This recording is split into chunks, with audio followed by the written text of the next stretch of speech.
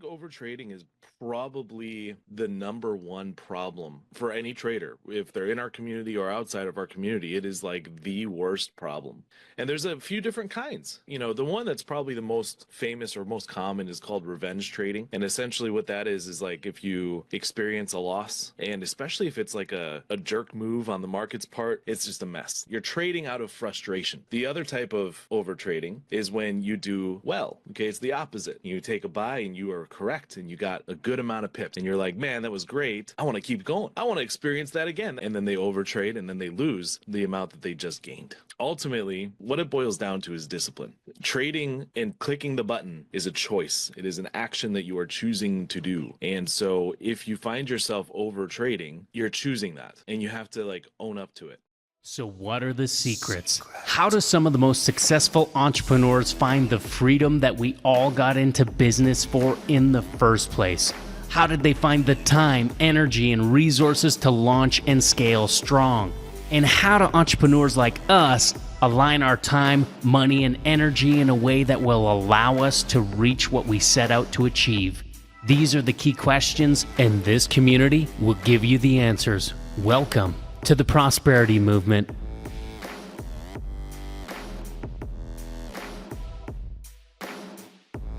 Welcome to the Prosperity U podcast. We are super excited for going over this really important topic. I don't know how many individuals talk about this. I mean, it is a really, really impactful thing and in a direction that we don't want to be moving, and it's called overtrading. And so we're going to talk about overtrading today and some of the things that might trigger it, and what are some of the fixes, what are some of the things that we're seeing, what are some of the things that of how you can overcome overtrading and get to being consistent and seeing that cash flow come in through your trading so that you can be more consistent and honed in and focused on better things. So I'm going to let Zach kind of take it away. He's leading the call per se today, and Travis and I might jump in here and there, but he's really the coach, and he's the one who is the individual who deals with most of our students and some of the most critical areas that they need assistance with. So he's going to share most of his experience with that, not just in his personal trading, but also what he helps guide people through. So awesome to have you and to have you help us, guide us through, Mr. Guide. Thank you. That's sounded like you're a guest on your own podcast. Yeah. Happy to be here. Actually funny, the guide thing is from an old business of mine, but it's a play on words. Anyway, cool. Well, thank you. Yeah, I think overtrading is probably the number one problem for any trader. If they're in our community or outside of our community, it is like the worst problem. And it's not like that for everybody, but I would say from a statistical standpoint, everyone goes through it at least once where they experience it. And there's a few different kinds. It's not just like, the one that's probably the most famous or most common is called revenge trading. And essentially what that is like if you experience a loss, and especially if it's like a jerk move on the market's part, if you will, like where you say, hey, you know what, this market's probably going to go up, I'm going to take a buy. You take a buy, it comes down, and you end up with a loss, and then it takes off, and then you're like, oh shoot, well now it's doing what I wanted, and now you're entering late, and now you're over trading trying to get it, but then it comes back down, and you're like, oh dang it, and it's just a mess. That's revenge trading, and you're trading out of frustration is what it is, and that's no bueno. The other type of overtrading is when you do well. Okay, it's the opposite, where you say, hey, you know what, I think the market's going to go up, I'm going to go in here. You take a buy and you are correct, and you got a good amount of pips. You got 15, 20, 50 pips, whatever it is, a big number, and you're like, man, that was great. I want to keep going. I want to experience that again. That was so much fun.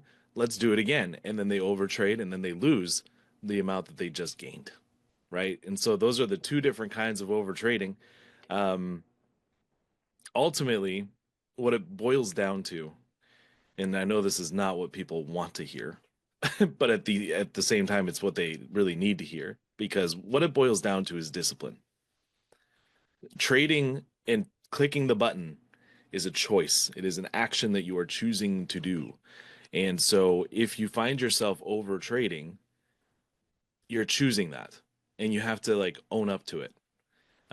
If you don't and you just blame the market, oh well, the market did me dirty. It got me out and then it went off without me and I had to. No, no, no, no, no, no. You can't do that. You chose to push the button. You exited at the wrong time. You entered then after many many times that you should not have. Um, what a lot of our members do is they have rules put in place like only taking 5 trades in an hour. We call that the 5 bullet rule. That's something that James does too. He recommends that 5 trades an hour. If you take 5 and you're down for the day, okay, close it. That's the rule, right? Um, I think the real trick comes into play is when your own rules don't matter to you. That's where it's a challenge. That's where we got to be a little more creative.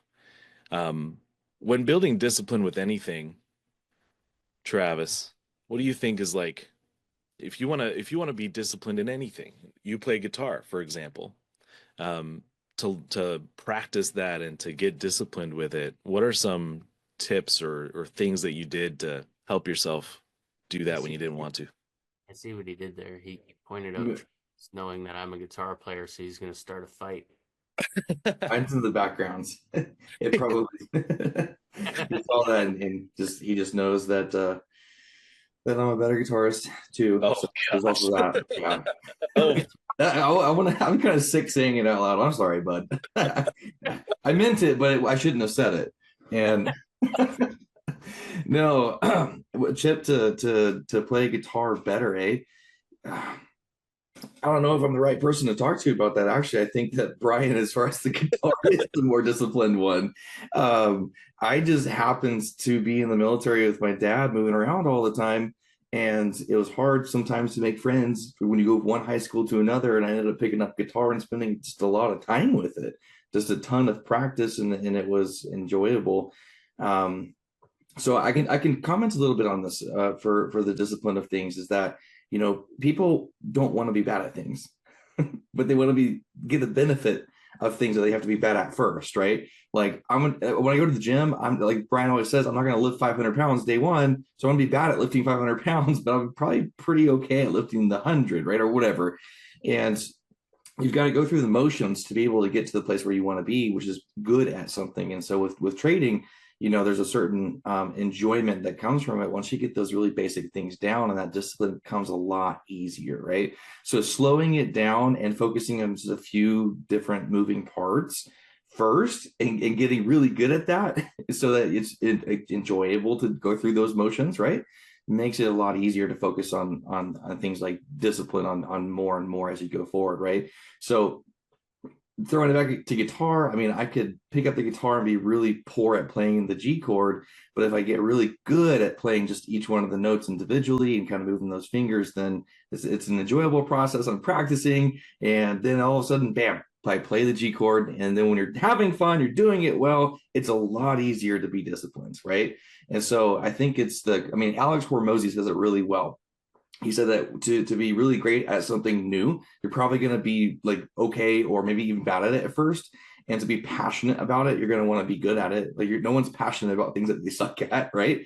And so there's a process to get from brand new to intermediate, and then to get into the point of being really good at something.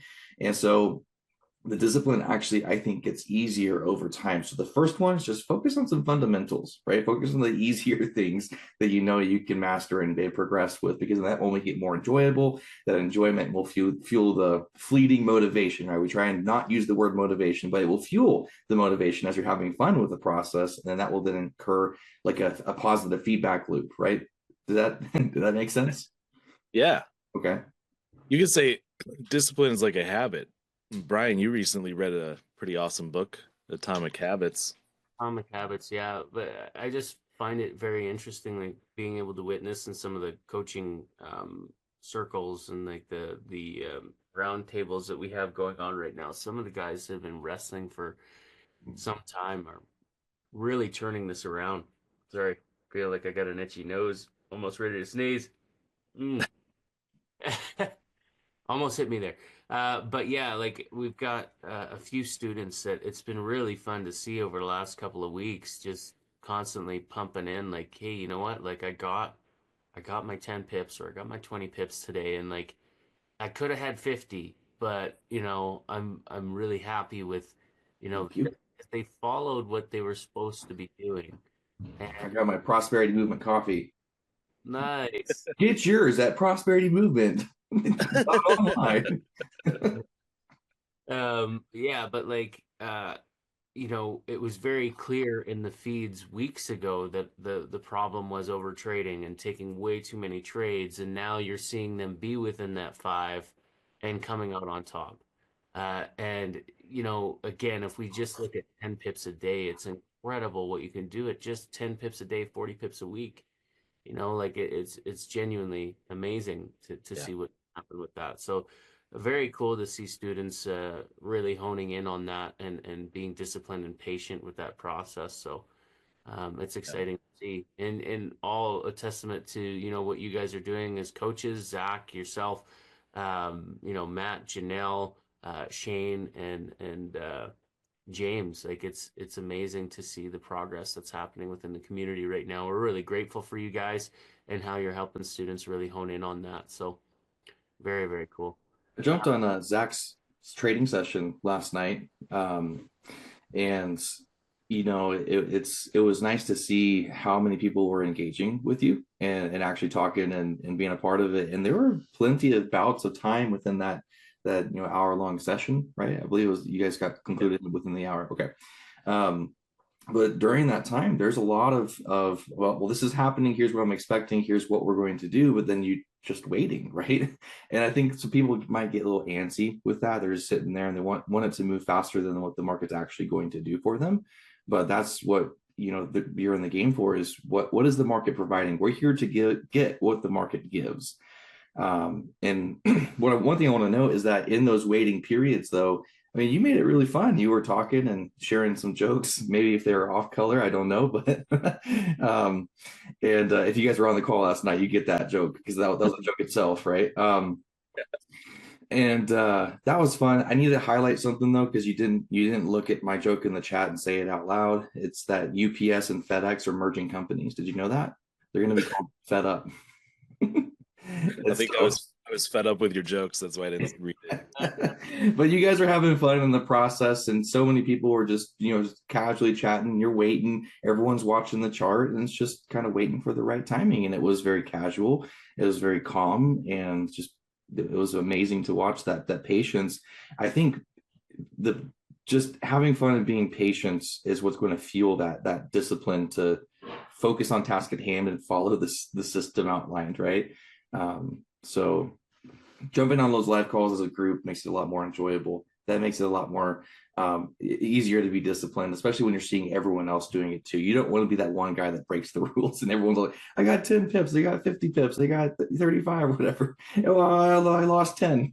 You don't want to be that guy. So it's kind of this I don't know if herd mentality is the right word to say, but the community aspect of working together and wanting to be a part of that winning group, right? So it's easier to be disciplined when you have other people trading with you, I think, right? Yeah. Yeah. It's nice. And it took you guys the hour to get there, and then it was something like what, 76 pips or something like that? Yeah, some people got like 70 or 80 pips. I only got 53 out of it. But it's, that's what's really nice about it though, is because I locked in maybe a little too tight. And so because I just wanted 50, I wanted 50 for the session. That was my goal. So as soon as it got there, I'm like, I'm just going to get it. So I put my stop loss a little too close too soon, but I did it on purpose because that's how I trade. I like to make sure I get my goal. And other people, they were like more patient with it and let it go even further. And I think we had one person that got 83 pips on the same move. So she did really, really well. But it happened after 50 minutes of waiting, and being bored and being like, well, we can't do it yet. No, not yet. We're still waiting, and so go ahead, Travis.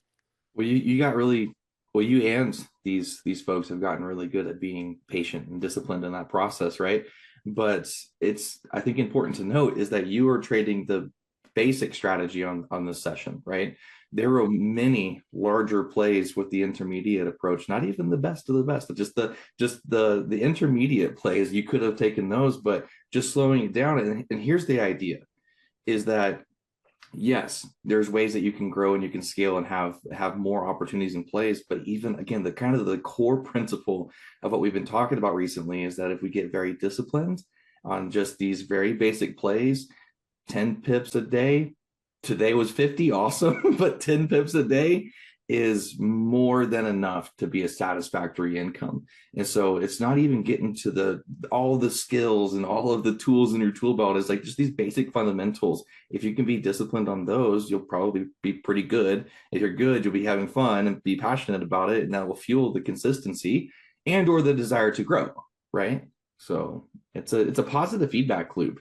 But there's also the negative feedback loop. Whenever we don't feel like being disciplined, typically some things can happen negatively, then that's going to influence fear and other things. And so it's really important just to focus on the systematized approach, because I would readily admit I'm not the most disciplined person myself.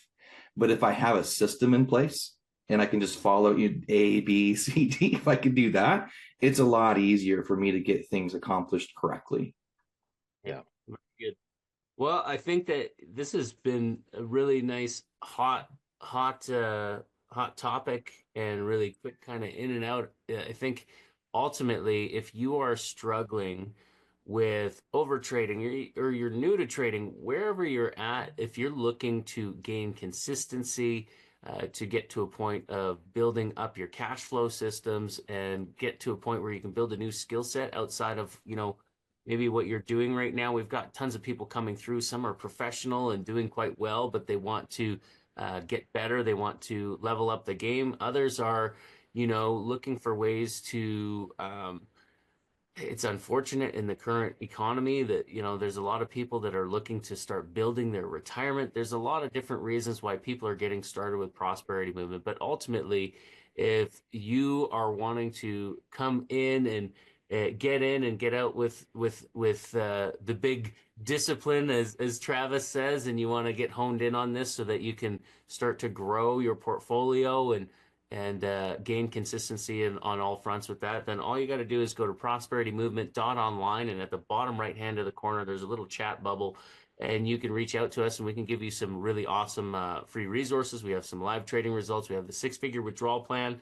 We have the blueprint that we want to help you get set up with so you can do your due diligence.